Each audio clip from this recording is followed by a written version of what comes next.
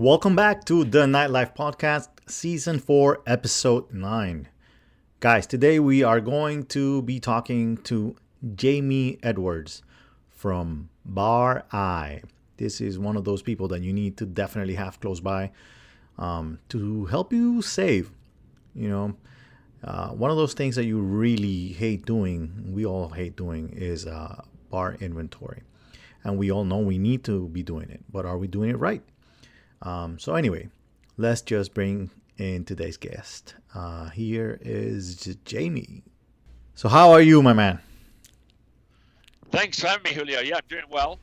It's been obviously a strange year, particularly for hospitality, but nice to take some time to talk about something we're passionate about of, counting bottles and inventory. Probably not the most sexiest topic that you address in these podcasts, but one that we're passionate about, so have some fun with and make a little bit of money and hopefully a contribute to the industry. So a good fit and excited to be here. No, it's necessary now more than ever. Where are you from? But I'm originally from the southwest of England. I'm regularly mistaken for an Aussie because of the US effect on my accent. But yeah, I'm from a county called Somerset. Okay. And yeah, the confusing accent is due to being here for 18 years. Got it. Where are you at now? So I'm in Colorado, in the mountains near Vail.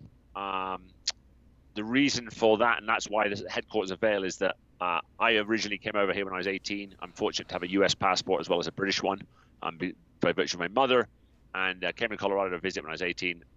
Worked in a ski shop, fell in love with Colorado and the area, and Right. That's how I met my business partner. Originally, I was working for him as his busboy originally, and sort of moved up. We became friends, and then parted ways from that. But then, funny turns in life, we ended up starting Bari together a couple of years after I'd worked for him in Vail, and that brought us back together into Colorado. I see. How long has Bari been around now? There was a little bit before I was involved, but really in its current form with us as the same two owners, just over 11 years now. It was 11 years in May. Wow, that's a good run. All right, so why don't you tell my listeners a little bit about what it is, what Bari is, first of all. Sure. So Bari is an inventory software business. We provide a software platform for bars to take their inventory in a faster, more accurate way. And obviously we have different levels of product, but our two things we focus on is trying to spend less time counting inventory in a bar, and then using that counting data to try and increase profitability by matching up and comparing what we're using at a restaurant to what we're actually selling in real life. But I mean, in terms of the genesis and the background, Scott, my business partner, was the manager at the Red Lion in Vail, Colorado. A lot of the listeners might have heard of that if they're skiers because they'll have visited Vail, and it's one of the most well-known and well-located bars in the village of Vail. So he had seen the problem of, battling with a liquor cost and trying to manage costs in a bar and calculating, one number in an Excel spreadsheet like that. I'm going to price this at this, and this should result in a liquor cost like this, and then never hitting those numbers. He also jokes that he noticed that all his bartenders used to go away on vacation to Thailand in the off seasons, and he'd be going camping in Utah. So that sort of spite. He came. Bari started because he got to a point in his career that the late nights were becoming challenging, and he wanted to use his knowledge to start something in the hospitality space, but not as a manager anymore. And after looking at some franchise opportunities, started the business on his own. He was at it for a while, and then I got laid off from my job in corporate finance in the last, I guess, big economic crash in 2008. Right. And so since 2009, I started helping my old boss with his new business, and then having been laid off from a corporate finance job, starting our own thing looked a lot more exciting than going back into a corporate finance job, honestly. I think Probably less lucrative to start with, but certainly more entertaining. a lot more fun. It goes better with the accent, Yeah. All right, so more restaurants or more bars, or what do you guys focus on? Yeah, I mean, at the moment, it's mostly independents, I guess, is to qualify that. So certainly our system is all about on-premise licenses. Okay. So we're not talking about liquor stores. We're talking, so anyone that has an on-premise just means that the license is to consume the alcohol you purchase there on-premise, so any retail. So yeah, lots of bars, lots of restaurants, and a handful of nightclubs at the moment. Right. And as we are upgrading with a big rebuild of our software platform at the moment, we're looking to have some of the additional bells and whistles that will handle more complicated clients like hotels, casinos, and even senior living facilities have started to get a trickle of calls from them because they run like, it certainly is a mix of bars and restaurants. To us, we're focused just on the bar side of things. So Right. we're not helping, look at the food side. So restaurant or bar to us is almost the same business. For us, we're looking, for the lower tiers. Certainly we have products that work with lower sales, but for our premier product that's people are using to make more money, and what I'm obviously pleased about and what we try and find the right fit for, any bar that's doing really, it can be it's a pretty low level, but if you're doing $25,000 in bar sales per month, right, that is a level of sales. Anything at or above that level, I think you should be doing a sophisticated inventory process. right. And so most of our clients, basically if they have that level of sales, monthly sales behind the bar, they're a candidate. So yeah, it's been a mix of bars, restaurants, but we are seeing increasing, nightclubs. I was gonna ask you, what the promise that I see you kind of have there is talking about reducing the inventory cost 3%. Anybody that knows about the industry and knows about inventory knows that is a good thing to have, or a good thing to accomplish. Anybody that doesn't know about the industry will be like, 3%? Why am I going to spend money on 3%? And they don't realize how important. Well, the other thing actually is, let me explain that 3%, because when I say 3%, I mean 3 absolute percent. So correct. Typically for a typical bar, and I don't love to talk about an average liquor cost, but most neighborhood bars, their liquor costs range somewhere from high teens to 18 the high to 20s. 21, 25, 29. Yeah. Depending on, I mean, yes. So when I say a 3% reduction, I'm not talking about, your liquor cost goes 3% lower. I'm talking about if it was 21%, it goes to 18%. correct. And so that's an absolute percentage change. Again, I'm a nerd, so I think about these things. But, if we were talking about 3% of 21, that's a lot bigger percentage. If you're trying to look at the percentage change, it's much bigger. But yeah, another stat that, to compare that to, it is actually a small number, but we're in an industry where the typical profit margin for bar restaurants, I believe, is in the region of 5%. So that means for every $100 of sales they make, they only keep $5 as profit. Right. And so if you're a bar and most of your sales, obviously a bar business, or if you're a restaurant, half of them is bar business. If you can move your cost of goods sold, or what we call liquor cost, by 3 full percentage points, maybe the bar was doing 5% overall, maybe the bar, half of the sales was bar. And if we can, make the profitability go from 5% to 8% on half of the sales, that's a really big gain for a bar owner. Clearly, in these times we're challenged. And what was the reason you used Skype? Is there some features to work better for your recording? Yes, I look prettier. No, just kidding. No, yeah, for the whole the recording, definitely. Sure. Jamie, so let me ask you a question. What is the the approach? Like, what, I mean, I don't know if it's something that you're willing to share exactly as to the secret behind of it or whatever, because it is a software, so people need to get the software to be able to get this from you guys or whatever. Yep. But how do you go about reducing inventory costs, in general? Yeah, it's a fair question. So I guess the background is why would we even bother trying to do inventory in a fine detail? Why don't we just do it what normal people do, which is see what you need to be ordered, and they do their inventory so they can calculate cost of goods sold. Well, we've done this a lot. We've looked at this in detail. Most bars use a lot more product than they actually sell.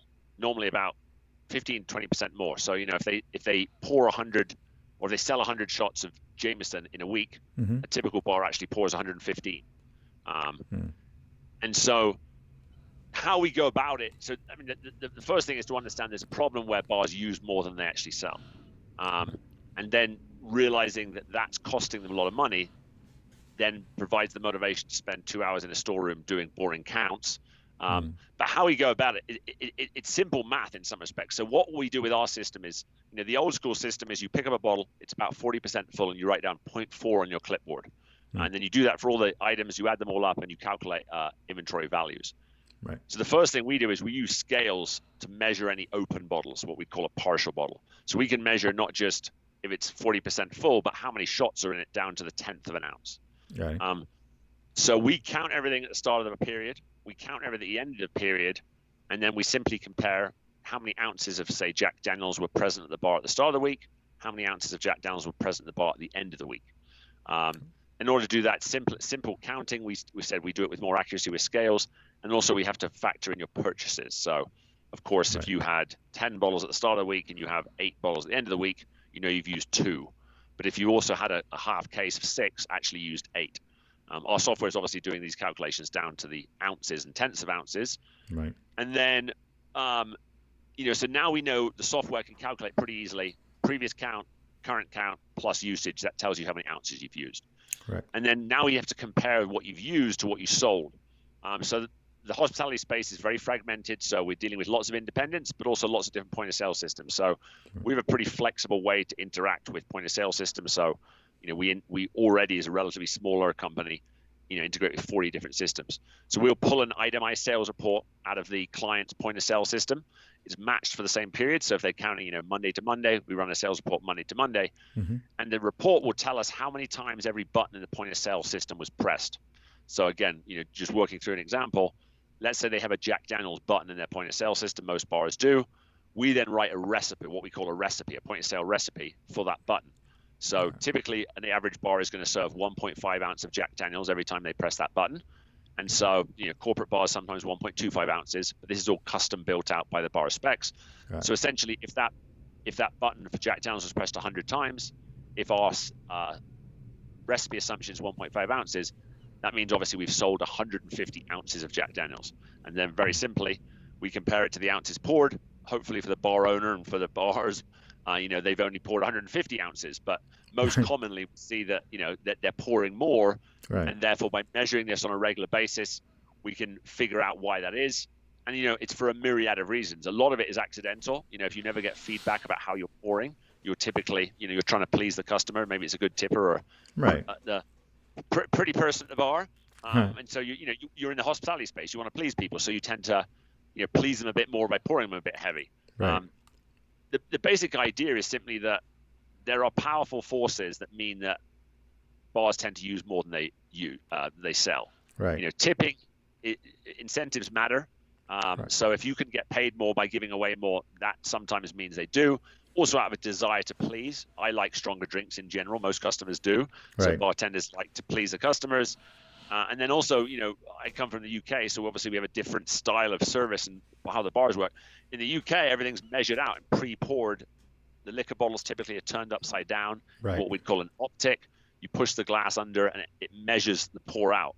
So, in addition to those incentivization through tipping in the US market, the fact that we are free pouring drinks in the US typically using those metal speed pourers rather than measuring the pours out, that also contributes to the issue. And just, for a bar owner, they're not magically going to use the exact amount of alcohol they sell. Right. So our approach is simply, if we measure what's happening, it gives us detailed information. And we can, sometimes they don't know how to fill the glass of wine up to be that 6 ounce pour. Sometimes the bartender doesn't realize that shots need to go in shot glasses rather than rocks glasses. Right. Sometimes there's confusion that the house margarita is made with this. It's made with Espolon, not the house tequila. Right. And all these types of things just wash out when you dive in detail into the inventory numbers. Right.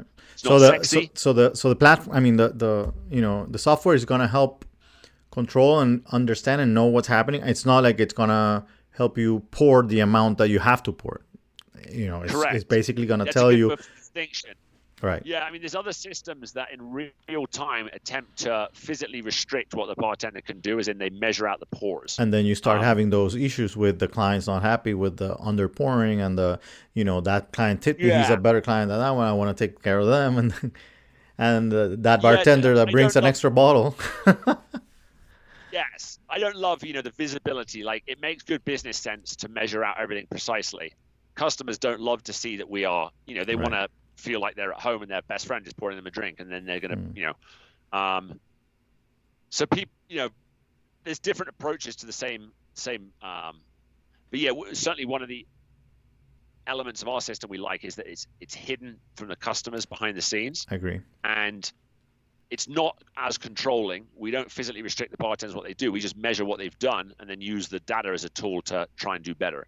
Definitely. Another element is as the bar business evolves and craft cocktails and rotating seasonal menus become more and more common, the problem of just adding up and pouring 1.5 ounce drinks and counting them becomes different because we're using pre-batch cocktails and different amounts. And, the elevation of the bar business and craft cocktails has certainly increased the complexity and opportunity for bar inventory. And to be honest, to anyone that's listening, if they want to use measured pour devices, and there's certain scenarios that makes good sense in, I'd say absolutely go ahead.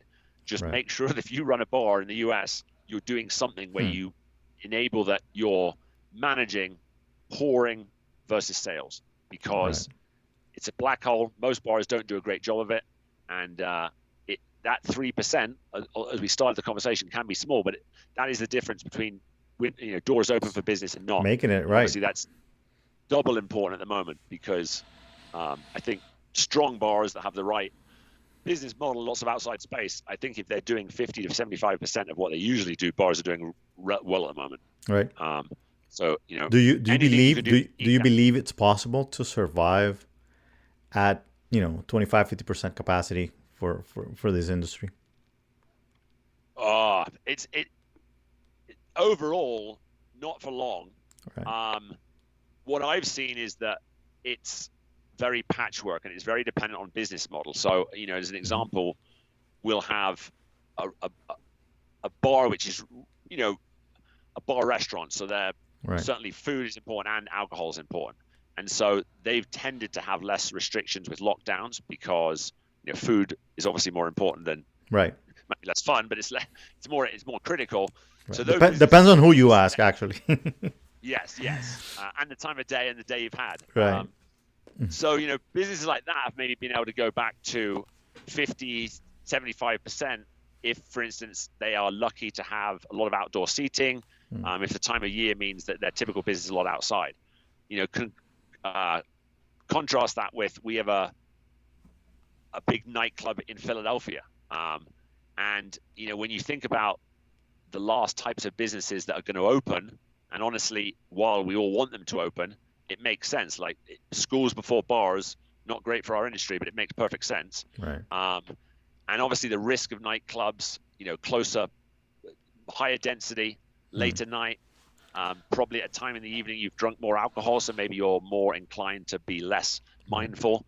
The issue I'm seeing in cities like Miami is that restaurants that are given the opportunity to serve alcohol are taking advantage in a way that they're almost a nightclub. Nowadays they're working as if they were a bar, nightclub. They don't, they're not really controlling the space amongst people, whatever. And our numbers keep spiking up. It just doesn't stop. That's not gonna help. But I guess I've seen. It's just tricky. We've seen that in Florida and Texas both. We've had clients there that have reopened. Those states have obviously, I think, been more aggressive in opening, which has been great for business and hospitality. But in many cases, they've had to then pull back because outbreaks have happened. It's the fine dance and balance about opening back up and keeping those R numbers and the infection rates low. Right. It's and you allude to the fact that it's changed some business. I mean, some businesses have done well out of it. Other businesses are not allowed to open. And then, of course, for a struggling business, there's strong incentives for people to kind of push the limits and maybe not abide by the spirit of the rules. But maybe I heard a funny comment. It wasn't one of our clients, but what the rule was: you can only stay open if you serve food. I heard of a beer only bar. Every time you bought a beer, you bought a potato for 25 cents. It was a raw, uncooked potato, and so you were buying food. Right. I understand the bar owner's desire to do that, and I understand the risks to public health. So, thankfully, I don't have to pick the winners and losers. I just try and help the people that are open make more money. Definitely. Let me ask you, how complicated is it to actually to work this software? I mean, is it something that needs to be done by the bar manager alone? Do you need a few people to do this? Should the whole staff be trained for like exactly what's the how does it look in that sense? Yeah. So yeah, the question is basically around So first up, with the exception of really big bars, we have found when you're doing really detailed inventory, a single person to own the entire process is normally beneficial, because then one person's job is to track the invoices and upload them before they do their counts. One person to completes the entire count. One person uploads the point of sale system, and then when I have a question around why is Jameson looking strange, they know that they were the person that ordered it. If there's one person that does ordering, one person that does counting, just more disjointed, it's complicated. Right. In terms of ease of use, let me give a bit of context first in terms of the different options, because again, Bari is one of many different software options for bar inventory that's great, and I think I'd encourage people to find one that fits for them. So let's think about this different options. Let's think about bar inventory options as a spectrum. On one end, you've got do-it-yourself self-service systems where you basically buy a piece of hardware or an app, you do everything. Our system is much easier to use than that. Those systems are attractive because they have low cost. The level of execution is really dependent on the skill level of the user and whether the system is even designed to try and look at variances rather than just save time and do your ordering. At the other end of the spectrum, there's a big franchise business that many listeners will know that will do what I'd call full service inventory. So they physically go into the bar early in the morning for you, do all the tasks for you. Right. So that obviously is the easiest to use and most expensive way to do inventory. So Right. do-it-yourself is most complicated to work, cheapest. Full service is obviously easiest to use. So you're in the middle. Yeah, because outside of Colorado, what we offer is what we call a hybrid system. Basically, the clients use bar manager or owner uses our scales and software to count their inventory. As I say, if you can count to 10, you've got fingers for cheating if you need that. But if you can count, you should be able to count bottles and enter data into a piece of software. And then in our case, all the users have to do additional to that is submit their purchase invoices, run a point of sales report. And the Bari model is that the bar manager, fine at counting, maybe not so skilled at detailed data analysis in a spreadsheet. Right. And also is busy and has better things to do. So we take the view that it's better to let the manager do the counts, and then we do the number crunching, help them find the errors, do the boring data entry. So back to the original question, is it hard to use? Bari's system is pretty easy because you do the easy parts. We guide you through setting up, and there's back and forth and interaction every time you count with your dedicated account manager. So one of the things we like about it is it provides a tailored sort of like inventory with an assistant experience, but the cost is lower because the actual counting and data collection is done in-house. Right. Let me ask you a question. Do you think that there's any reason why bar owners, restaurant owners, decide not to use software or a service besides money? Besides money, is there one other reason? I mean, the money point, to talk about that, doesn't make a lot of sense, because understanding that you're doing that threshold of $25,000 in bar sales a month, we're a sort of middle of the road price wise. And even if you're doing that small level, if you're using our pro version and you actually use it, if you just sit on the shelf, it's obviously not going to do anything for you. But typically those clients will spend about $200 a month and save $750. And so they're turning around almost 4x on their money. So it doesn't make sense to me that people are doing it less. It might be out of a cheapness on the ticket price. It's like, I don't want to spend $200, but perhaps you don't realize, well, you're spending $200, but you're losing $750 every month. So I think the first problem is a lack of awareness about the scale of the issue. So again, come back to that point that we've done more than 10,000 bar audits over a decade in 30 states, and the average amount that bars are missing when we start with them, if they haven't been using an advanced inventory system, they're normally missing 15 to 20% of everything being poured. And so that's where that opportunity to reduce your lift cost comes from. So I think most bar owners are in denial, or just they haven't really, they know that the drink gets poured a little bit heavy, but they haven't realized what happens when that happens hundreds or thousands of times over the week. Right. So the first one is just, the other one is people like to do things that are enjoyable and rewarding, and digging into numbers that leads me into the next point. The second reason. So the first reason is lack of awareness of the problem, and the second one is two silly description of the bar business. One, I said, the bar business is the business of drunks getting drunks drunk. If you understand that, you have and the other one is the bar business is the unhappy marriage of business and social, by which I mean we go to bars to be social. At the same time, bars are businesses that try and make money. Right. And so I think bars sometimes don't draw a line between those two things. So if I'm a bar owner, it's a friendly, fun business. That's one of the reasons we love it. It also, that's a risk because we start acting like everyone's friends. Like, Julio, you come into my bar, you're my friend, so I pour you heavy. It's like, well, that's good on the social side. It's not so good on the business side. Correct. And also, bar owners and managers work closely with the bartenders. They tend to have good, strong relationships. And so that trust element, like they feel like they need to trust them, they do trust them. Yeah. And it somehow breaks that social relationship and turns it into a business relationship if you start checking what your staff is doing. Right. It's a big thing that we've, initially people think, we're playing like cops and robbers, let's catch out the bartenders.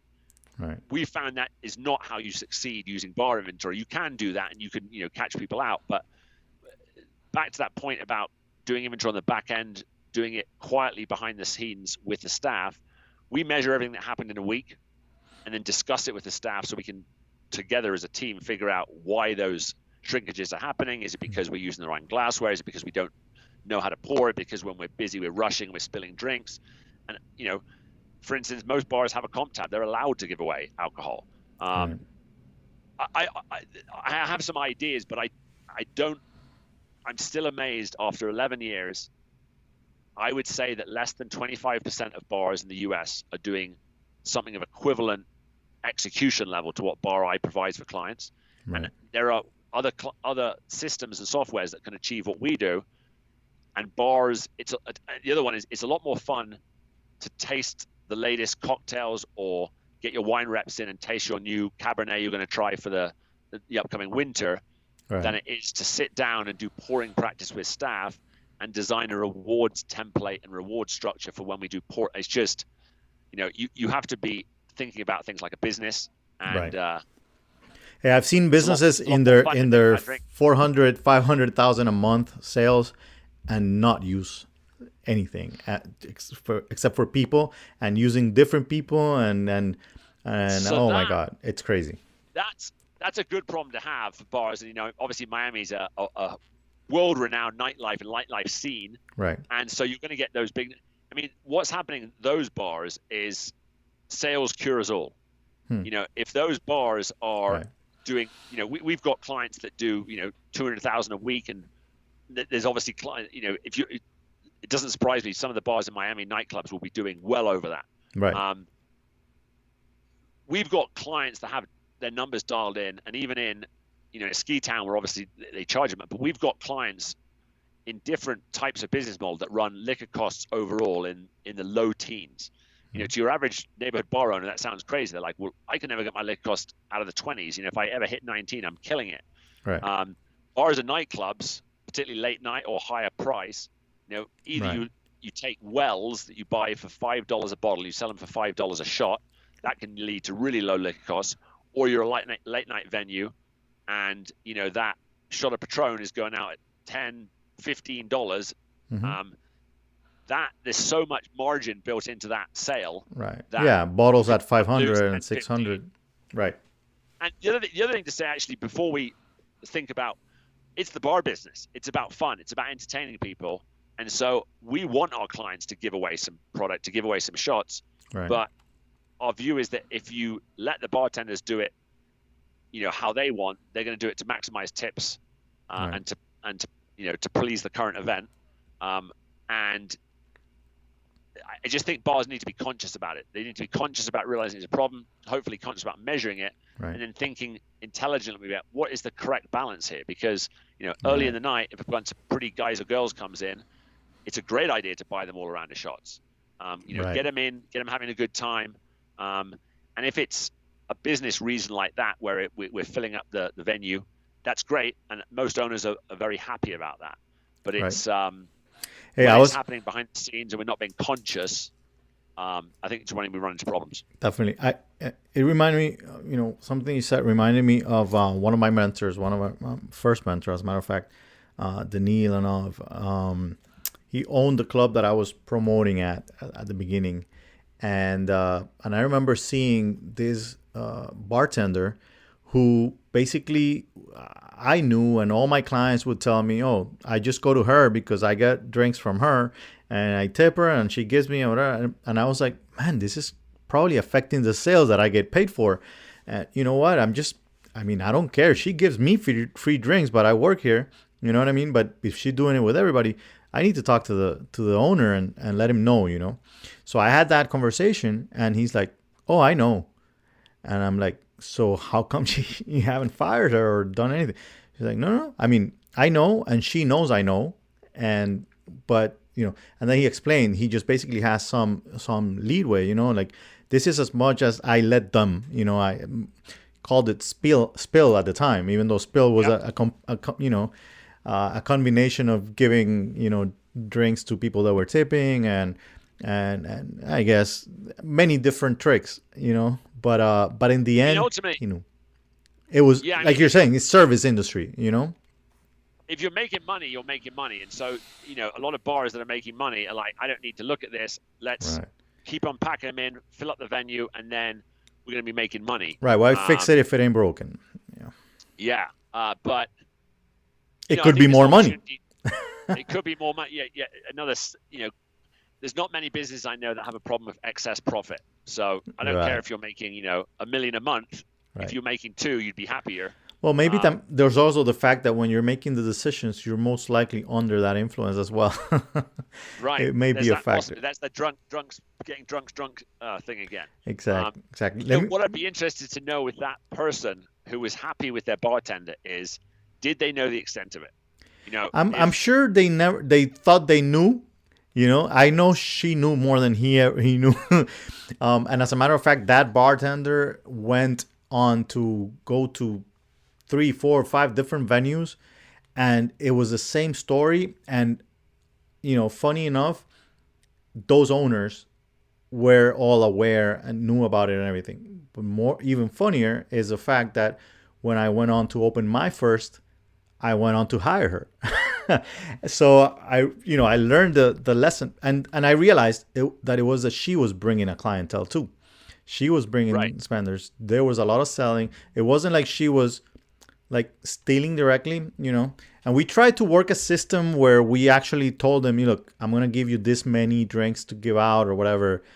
But the whole thing, we realized later that it was more about letting them make that decision, giving them control, but us having some kind of serious, inventory behind or on our side, that we could actually really see what's really happening, how much is really going out, compared to what you're selling and those numbers. So as long as we it's were obviously a complicated problem, right? Because we're balancing off these competing aims, which is, on the one hand, we don't want the bartender to give away drinks because it's going to reduce our margin, our profitability. On the other hand, we want the bartender to give away drinks because it's good for business, it pleases people, and it makes people come back. Mm-hmm. Whatever the correct balance in there, one thing I'm certain about is if you measure how many drinks you're giving away week to week, you'll Right. be in a better position to optimize that decision. Right. So if that bar owner was doing that and had a pretty good measure of how much has been given away, and he felt like he was hitting the sweet spot, that's great. Mm-hmm. What I am concerned about, what I see often, is people thinking they're in that sweet spot, and when you actually drill down into the detail, they are amazed. I mean, the usual conversation when we do an initial audit for a bar is, there's no way I'm missing that much. You're wrong. Right. Rerun this, check this. And often it will take, we'll drill down, and normally we follow a specific product, which will be like, okay, let's take Jameson, our old friend. Last week, I can show you, we counted 6 bottles here. The bottle in the well one weighed 46 ounces. The tare weight is this, so we know it was 6.2 ounces in this bottle. Right. You show them, so how we know, and we can We can show them. One of the important parts of our software is not being able to have the numbers correct, but also being able to show you how the numbers are correct. So you work through the process, and they start to, sometimes it will take 2 or 3 measures to confirm that number's correct. Right. But yeah, whatever. Another sort of overall comment I have on the restaurant space is sometimes we let too many things happen, as in they just evolve over time, and we're not being conscious about it. Like how much we give away, like maybe how many products we have in the bar. We're constantly starting with a client, and we say, how many products are we tracking at your bar? And they're like, I'm not sure. I think it's about 200. By the time you're finished doing a count, they've got 300 products, and that's fine if they have had if they're a tequila bar and they want to have all the tequilas, maybe they want to have that many. But if the reason you have 300 is because you've had a string of bartenders or bar managers for the last few years and months, and you don't have any guidelines, you've never had a conscious choice about how many we should have. And by the way, most bars do 90% of their sales out of 10% of their products. So 100%. I just think with a lot of things, I want to get the data. Another comment or quote I love is, when you have the right data, it's normally very easy to make smart decisions. Right. And so with all of these things, like how many products should I have? How many tequilas should I have? How much should I rotate how much should I give away? How should I set up the point of sale? All of these things, when you have more detailed information on your business, it's normally pretty straightforward to make these decisions, and we don't have to make decisions on hunches and feel uncomfortable and feel like we're guessing. As they say, knowledge is power, and that extends to bar inventory, although in an unsexy way. Definitely. Jamie, I want to thank you so much for the time today. We've gone a little over a half hour here, and I don't want to get anybody scared with our faces for too long watching our video. I try to keep it under 45 minutes or so. Let me ask you, what would be that one piece of advice that you leave your clients with every time that you go, even though they might not use your service? When you talk to them and... Yeah, so I mean, our clients, I don't have as much advice for, because they've chosen a solution and they're doing it. So my advice would be, inventory is a big opportunity that you're probably missing out on. I'd recommend them do a detailed audit where they precisely compare what they're selling versus what they're pouring. A company, so having someone come in and do that has some benefits. A really simple way to do it in-house is take your top 3 selling bottled or canned beer products, go and do a complete count of what you have in-house at the start of the week.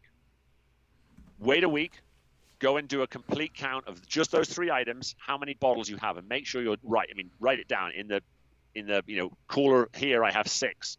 In the second cooler here, I have 24. In the basement bar, I have this many. In the cooler, I have 7 cases plus 6 6-packs, whatever it might be.